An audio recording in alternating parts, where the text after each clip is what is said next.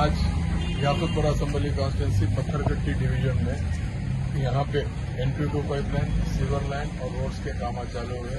जिसमें कुलसुम मस्जिद, मस्जिद गिरफीस, रहमत नगर, अतराफ व अकनाफ के